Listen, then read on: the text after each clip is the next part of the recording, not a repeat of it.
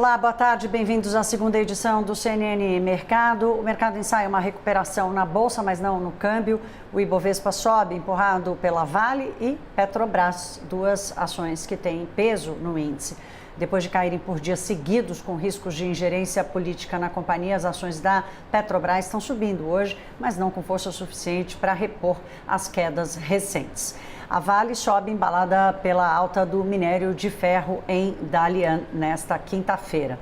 No câmbio, o dólar está subindo frente à maioria das moedas, aqui também, mas aqui com mais volatilidade. A moeda já experimentou ficar perto da estabilidade e voltou para uma alta mais forte. O gatilho na correção dos preços do mercado financeiro nessa semana é a mudança da lei das estatais. Foi aprovada a toque de caixa pela Câmara dos Deputados. O projeto que vai permitir a nomeação política em empresas políticas ainda precisa passar pelo Senado, não apareceu ainda na pauta de votação, há uma expectativa para isso. Pelo menos um benefício o novo governo já terá se a mudança for aprovada pelo Congresso Nacional. Aloysio Mercadante poderá assumir a presidência do BNDES, como quer o presidente Lula. O aumento de gastos previsto pela PEC de transição pode elevar as despesas primárias do governo federal em 1% do PIB. Essa análise está no relatório trimestral de inflação, divulgado hoje mais cedo pelo Banco Central. Tem matéria em destaque no site da CNN Brasil sobre isso. O RTI alerta também sobre os riscos que as discussões de expansão fiscal pode provocar, com impactos potencialmente duradouros ou até permanentes. Estou citando literalmente aqui o que diz o RTI. O documento repete os recados dados na ata da última reunião do Copom sobre a estratégia de política monetária, alertando que os passos futuros com os juros podem ser ajustados se a desinflação no IPCA não acontecer como esperado nos próximos meses. Não está no cenário de ninguém no mercado uma nova alta da Selic. O maior risco é que ela fique mais tempo no patamar atual e um possível início de redução da Selic acabe ficando só para o final do ano que vem. Agora há pouco, na coletiva sobre o relatório trimestral de inflação, o presidente do Banco Central, Roberto Campos Neto, falou sobre isso, mas também sobre a transição de governo. É a primeira vez que esse processo vai acontecer com um Banco Central independente. Vamos ouvir. É uma novidade para todo mundo, né? Eu acho até que o ministro Haddad comentou que é a primeira vez que o ministro entra e não indica, né, ou não participa da indicação de um presidente do Banco Central. Também é a primeira vez que um Banco Central entra num governo novo com um presidente que não foi indicado pelo presidente que tomou posse. Então, eu acho que é um pouco de essa transição é um experimento e um teste, né, para o sistema. Mas eu acho que, se a gente olhar o que aconteceu ao longo do processo eleitoral, a autonomia serviu, né, como um ganho institucional, como um atenuante de volatilidade. O Roberto Campos Neto falou também sobre os riscos de desancoragem das expectativas de inflação por causa de um aumento ou uma promoção de crédito subsidiado pelos bancos públicos no próximo governo, inclusive do BNDES. Se isso acontecer, o BC terá que reagir, ele afirmou.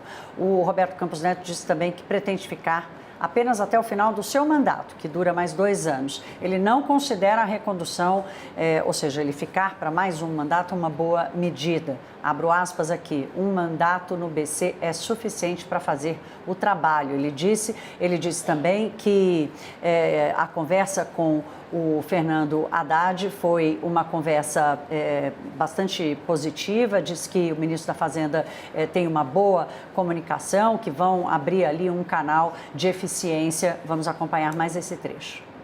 Foi uma conversa, inclusive, que eu tive com o ministro Haddad, que a gente, em política monetária, a gente aprende que, se a gente comunicar bem, a gente pode fazer menos e ter mais potência, porque a comunicação, ela tem esse canal de eficiência.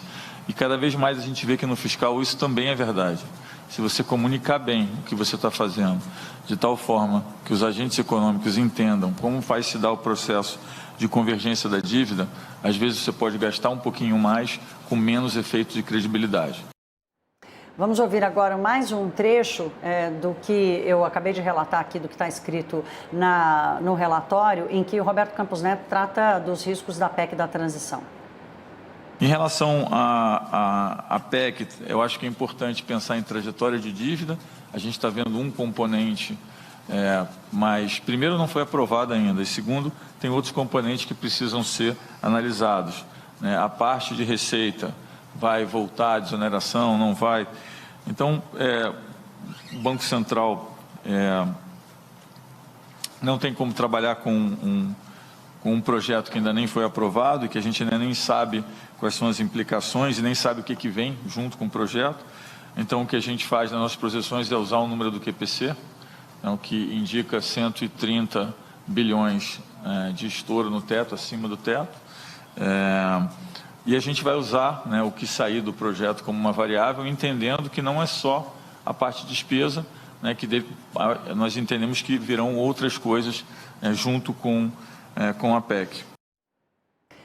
Olha, depois da decisão de ontem do FED, hoje foi o dia de o Banco Central do Reino Unido e da zona do euro, o Banco Central Europeu, tomarem a decisão de um aumento de 0,5 ponto percentual da taxa de juros. Ambos fizeram o mesmo movimento de redução do ritmo de elevação das taxas e ambos os bancos centrais avisaram que ainda tem trabalho a ser feito porque a inflação segue muito elevada, muito longe da meta. Christine Lagarde, que dirige o Banco Central Europeu, disse agora há pouco na entrevista coletiva que há um longo caminho pela frente, a taxa vai ter que continuar subindo e ficar alta por bastante tempo. A inflação na zona do euro segue acima de 10%, assim também como no Reino Unido.